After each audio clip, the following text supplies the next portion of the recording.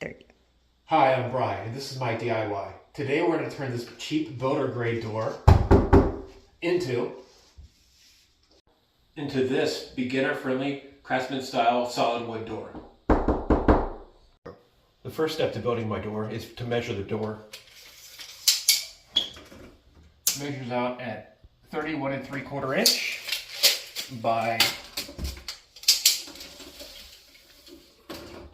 79 1/2 inch. The material I'm going to use for this job is 1x6 pine tongue and groove and also some 1x8. And I'm using 1x8 because I want a thicker border because it's such a large door. But if it wasn't such a large door, I maybe use a 1x6 or something a bit smaller. But when you're picking out your tongue and groove boards, it's really important to try to minimize the amount of knots that you have on your tongue and your groove areas. You can see this spot here does have a bit of a knot. So it just makes it more difficult when you're trying to push it all together and glue it together when you have knots. So try to minimize that if possible. For me personally, I like to go with the front of my door being this design instead of this design. So my rear of my door is going to be more basic, whereas the front of my door is going to be a little bit more detailed. For the 1x6 tongue and groove pine, you have 5 1/8 inch of usable space. Your tongue on this side is not going to be counted in any of your width. It's going to go into your groove spot. But when I push everything together, on the ends, I want them to be as even as possible. So I'll cut both of those ends to try to balance out the door from side to side. Now it's time to cut the tongue and groove boards. For me, it's going to be 79 1/2 inches. But if you have any kind of flooring underneath your door, you may need to make adjustments. Or if you're planning on changing your flooring and making it thicker, you may need to adjust the height of your door. But in my situation, I think we're going to go with 79 1/2. The flooring underneath my door, I don't think it's going to be changing. Now it's time to make my first cut on my tongue and groove board.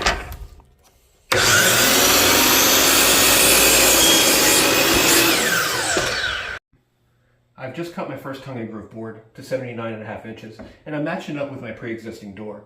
So it looks like if I got a little bit of a gap below. Now, if you're planning on adding different flooring, I suggest using a couple pieces of cardboard to give you that kind of height so you can make sure that you're getting the right length on your door. For me, this looks like it's going to be about perfect. Now that I'm comfortable with my measurements, I'm going to go ahead and cut the rest of the tongue and groove boards. One of the pieces of my 1x6 pine has a blemish here. So what I'm going to do is I'm going to make this one of my end pieces and cover that with my 1x8. Here's a good example of a knot in my tongue and groove spot. So I need 79 1/2 inches. So I'm going to go ahead and measure this out to 79 1/2 inches and cut it here so that I remove this knot out of the tongue and groove entirely. Now that I have all my tongue and groove boards cut, I'm going to go ahead and do a dry run of putting them all together and measuring my ends. I did mark my piece of board that had a blemish on it with a piece of painter's tape to make sure that I put it on the end. When I was doing my dry run, I noticed that I had a blemish on another piece of wood. So I marked that one again with blue tape, and I'm going to put that on the end. But this is just a little bit over 25 inches for the middle piece here. And what I found is it's best to take your middle section and glue it together. And I like to use ratchet straps on each side to keep it nice and tight, because I don't actually have wood clamps that are that large. So I just use ratchet straps. So I'm going to go ahead and glue the interior pieces, and I'm going to use ratchet straps to secure it together. Before I begin to glue the middle pieces together, I like to lay down a moving blanket or something so that no glue gets on the floor, and also to ensure that the wood doesn't get scuffed up from the floor. It's probably actually a good idea to go ahead and put that down even before putting it together in the dry run.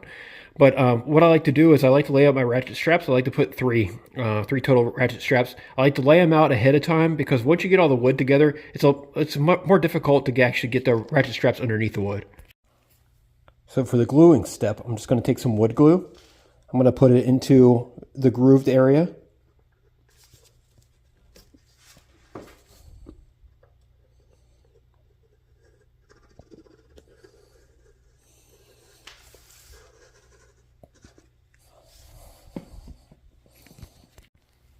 Now that I've got wood glue all the way across my board, I'm going to go ahead and connect it to my first board here. Just want to make sure it's fully secure. You have to kind of go up and down on it here. Looks like I got some glue on the board there too, but we're going to sand it all, so it's not really going to matter much. Okay, so I got it all together. First board done. So I'm just going to continue on and get all the boards all glued together. Okay, I just put my next piece in. I just want to make sure my ends are in alignment. So it looks like it's just slightly off there. Okay, my ends are in alignment. You don't have to worry about it being too overly tight right now, because when you put the ratchet straps on it, it's going to tighten it all down. So I'm going to start with my next piece now. All right, I just finished my fourth piece. So I'm going to go ahead and do the last piece now. Okay, I just secured my fifth piece.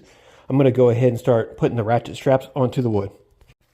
All right, so when we're securing these ratchet straps, we want to make sure that they stay straight.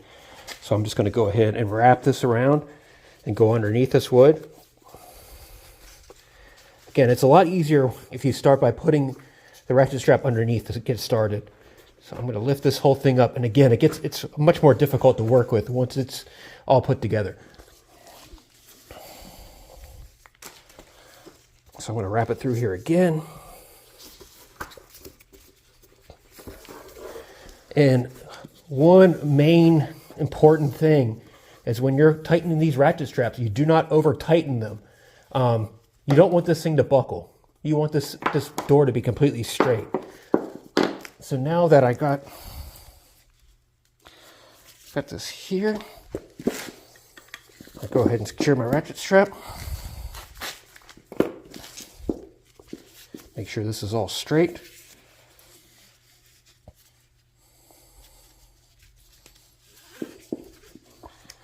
Okay, I'm going to hook it right here, and I'm going to go ahead and start tightening.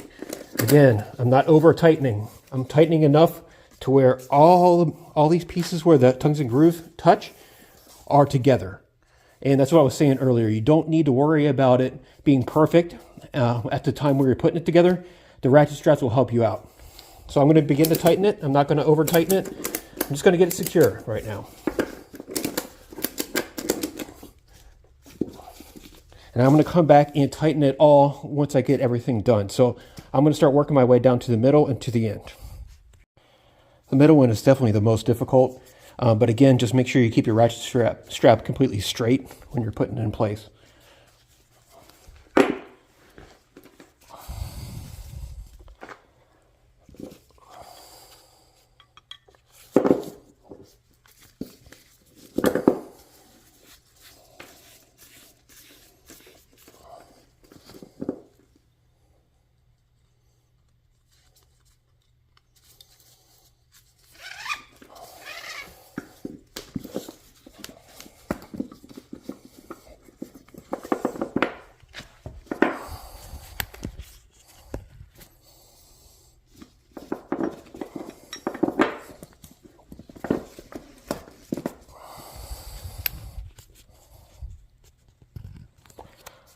Okay, I'm going to go ahead and tighten this one up now. It really helps to get your hooks more in the middle when you're tightening these down. When you're securing the ratchet straps, just make sure you don't over tighten them. You don't want the wood to start bending or anything of that nature. So this one's good, this one's good. And also another little tip is to try to get your ratchet strap on top of your ratchet here. So if you can do this, it'll make sure you don't damage the wood at all. So I'm going to look at my last one here, and I'm going to tighten this one just slightly. Okay.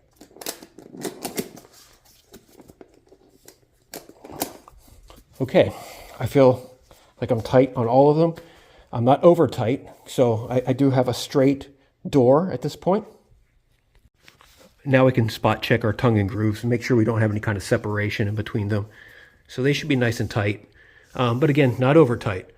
So I'm going to let this sit here for 24 hours.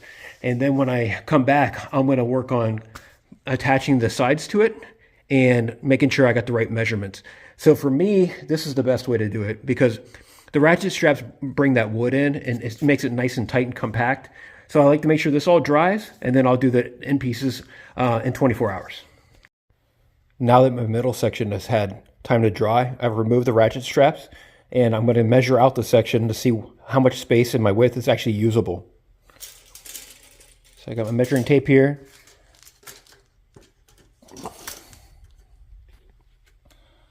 Okay. And it looks like I have 25 3/4 inch of usable width on my door. So I need 31 3/4 inch. So that means I need to cut my two end pieces with 3 inches of usable space on them. So I'm going to make sure that I don't count my tongue in any of my distance here. So I'm going to have 3 inches from the beginning of the groove here across to 3 inches. And I'm going to do the same thing on the other side. So I'm going to mark those and cut those with the table saw.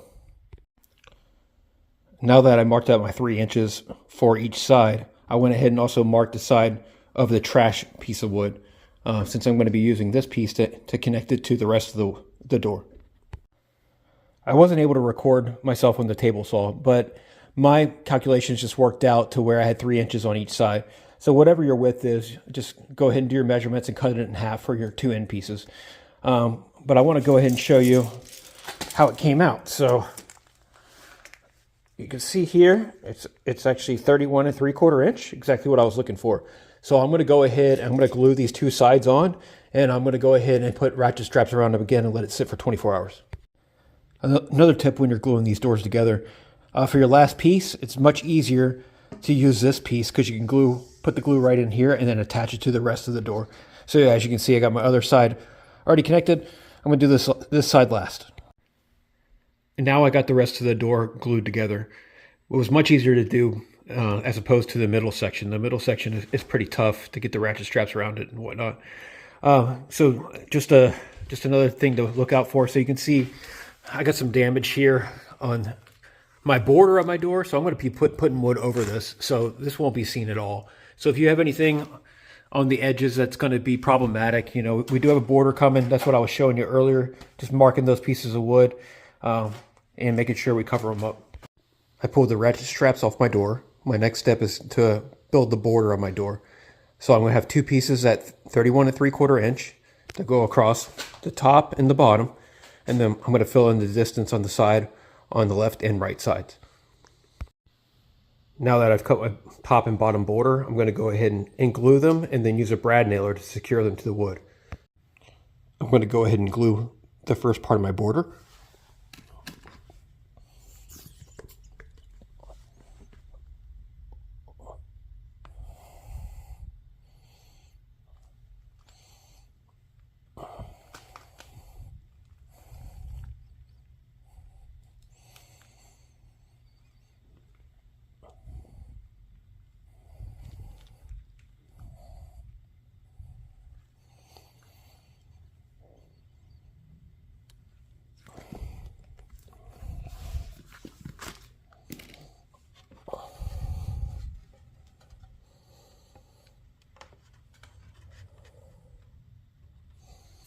Now I'm straightening it out and securing it in place before I put my nail gun on it.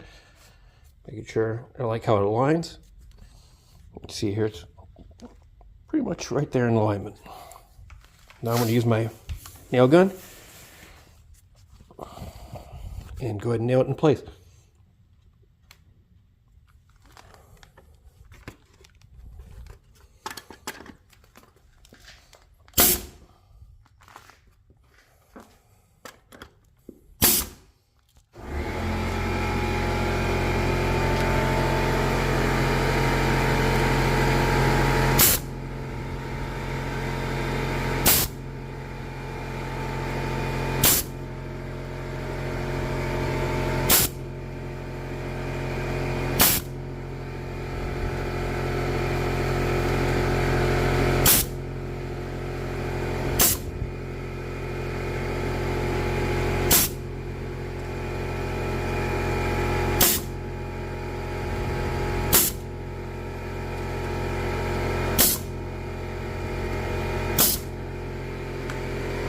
All right, I'm going to repeat the process for the other side. Now my top and bottom borders are complete. It's time to do the side borders. Measured out my sides. It looks like I need 64 7/8 on each side. So I'm going to go ahead and cut those, glue them, and nail gun them on. I got one section of my border on the left side completed. I'm going to do the right side, and this door actually will be done.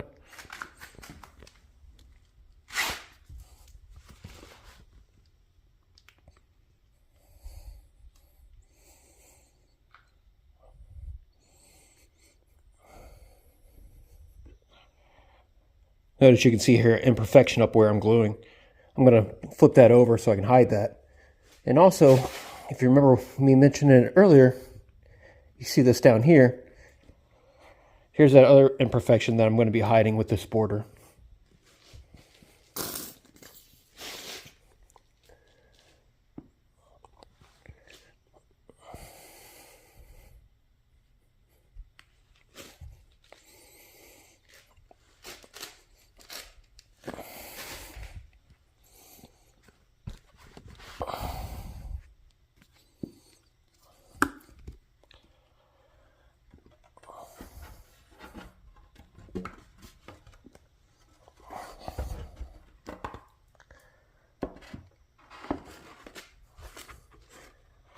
Okay, I'm going to work on lining it up here.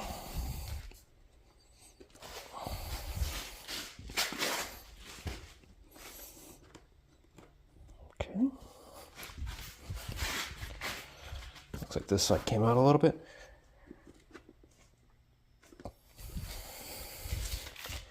Okay, how's that look? A little bit more over here. Okay, I'm going to go ahead and get some nails in on this side.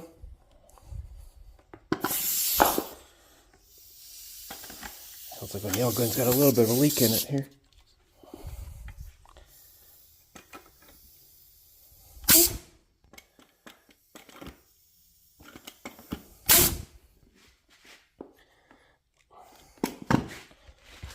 I'll come jump down here and check this side.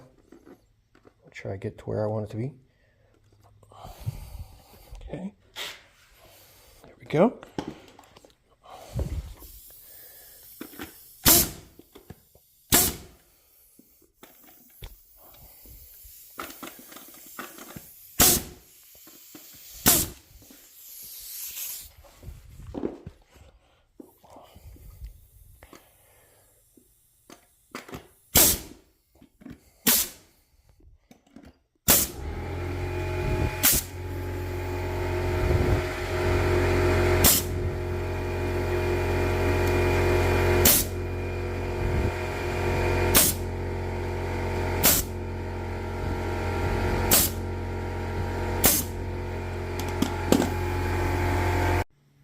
Now that I've secured all the borders, I'm going to let this sit for 24 hours. At that point, I'll go ahead and lift up the door and show you the back side of it so you get an idea of what this thing fully looks like. My next steps will be to sand it and also to start cutting out the hinges, cutting out the doorknob hole, and getting it prepped and ready for paint. And then to go ahead and hang it and put it in its place. The thickness of this door is 1.5 inches. And that's because I used two 1-inch pieces of wood. So they're 3/4 of an inch each, and then you combine them as 1.5 inches. So for me, I like the backside of my door to look like this. If you don't like that, you can flip it around and have the other design that I have on the front on the back, which looks like this. So that's just how I prefer to do it. This is the second door I've ever made. So the first door I made, a lot of people really liked it. And I wanted to make a tutorial that made it easy for people who are just starting out with woodworking. So I hope that I did that. But if you have any questions in the comments, please leave them down below. Thank you.